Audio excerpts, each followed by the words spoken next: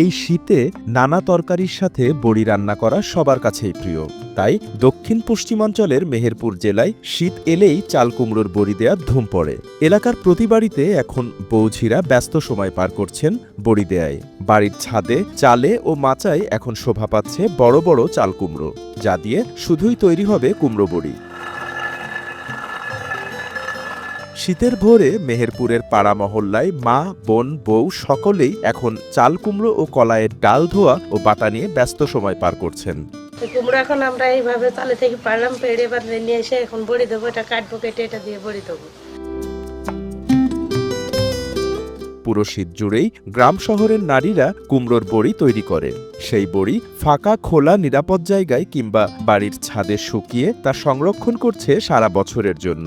গৃহিণীরা জানান, আগামী 1 বছর এই বড়ি পূরণ করবে তাদের বাড়তি তরকারির চাহিদা। আমরা এই কুমড়ো থেকে এই বড়ি তৈরি করি, এই বড়ি দিই বুঝলি বাড়িতে খেটি, সারা বছরের তরকারির আমাদের অভাব হয় না।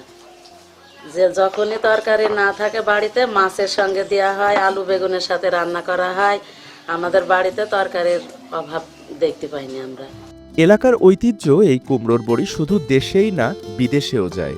এই বড়িটা আমরা আজকে দিয়েছি, 3 দিন শুকাবো, শুকানোর পর এটা হচ্ছে আপনারা ড্রামে সুন্দর করে রেখে দেবো, সারা বছর এটা খাবো এবং আমার স্বামীর জন্য বিদেশেও পাঠাবো বড়িটা আমি। এই বড়ি দিতে অনেক কষ্ট হলেও রান্না করে খেলে সব ভুলে যায় বলে জানান গৃহিণীরা। এত কষ্ট করে এরপরেও আমরা বড়িটা দেওয়ার পরে যখন বড়িটা আমরা রান্না করে খাই তখন খেতে খুব ভালো লাগে আর আমরা এতে আনন্দ বোধ করি আর আমাদের কষ্টটা দূর হয়ে যায়। SATV digital.